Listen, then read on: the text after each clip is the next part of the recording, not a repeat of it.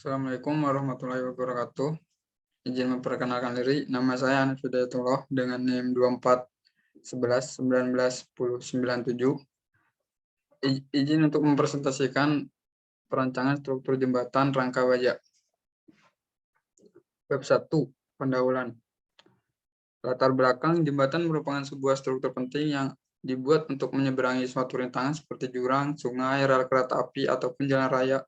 Jembatan juga merupakan bagian dari infrastruktur transportasi darat yang sangat vital dalam aliran suatu perjalanan atau lalu lintas.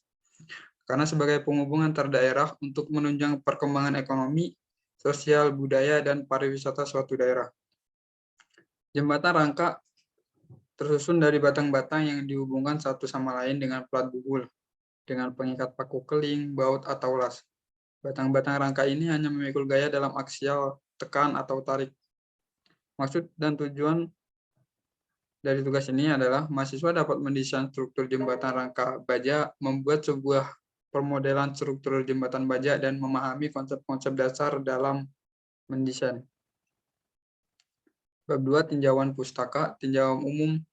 Jembatan adalah suatu struktur yang melintasi suatu rintangan, baik rintangan alam atau buatan manusia. Contohnya sungai, jurang, persimpangan, teluk, dan rintangan lainnya. Jembatan merupakan suatu sistem transportasi untuk 3 hal, yaitu 1. Merupakan pengontrol kapasitas dari sistem, 2. Mempunyai biaya tertinggi per mil dari sistem, 3. Jika jembatan utuh, sistem akan lumpuh. Jenis jembatan.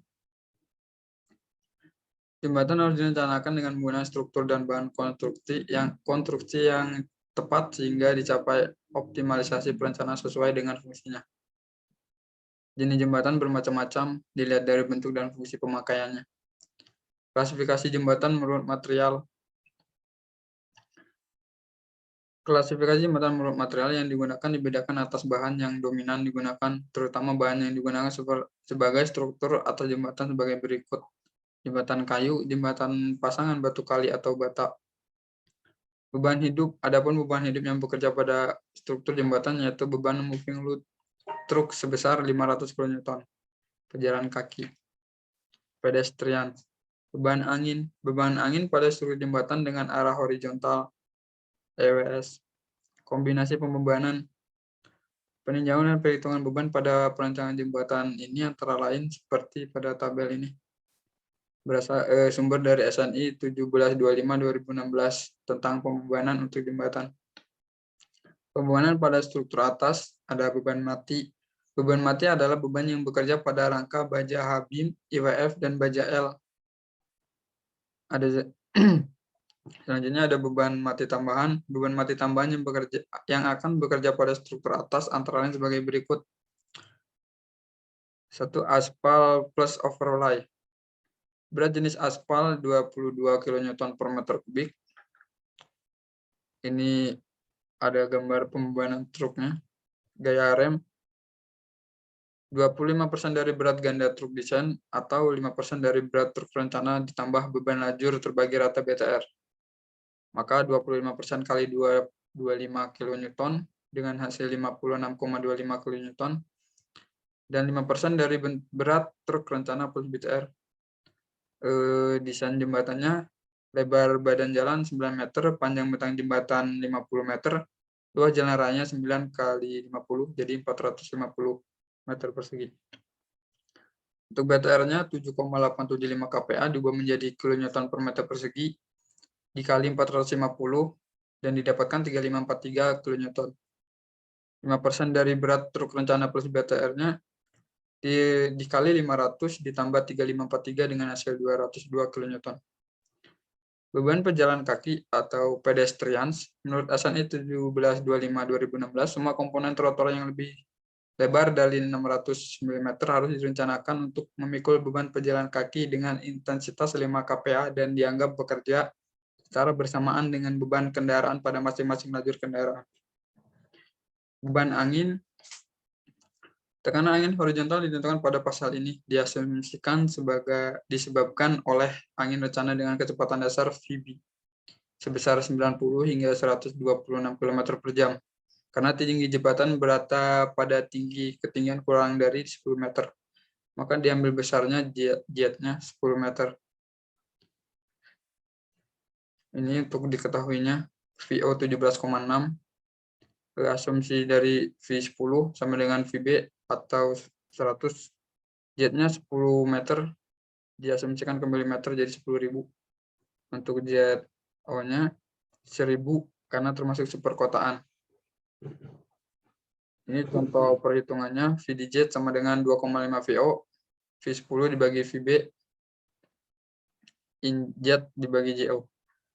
Dan didapatkan hasil 101,304 km per jam. Beban angin pada struktur atau EWS. Gaya total beban angin tidak boleh diambil kurang dari 4,4 kN per mm pada bidang tekan dan 2,2 kN per mm pada bidang hisap pada struktur rangka dan pelengkung serta tidak kurang dari bidang hisap pada struktur rangka dan pelengkung serta kurang dari 4,4 kN per mm pada balok atau gelagar.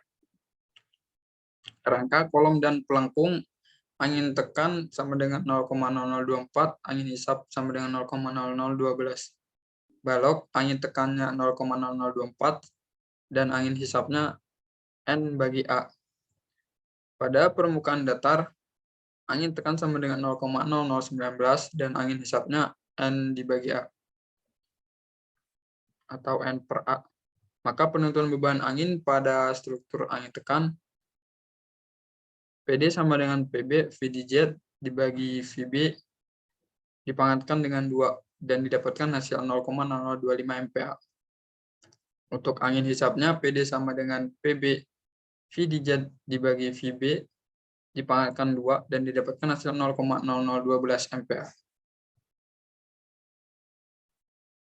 Beban angin pada kendaraan, nilai beban angin pada kendaraan diambil sebesar 1,46 Newton per milimeter dan bekerja 1,8 meter di atas permukaan jalan.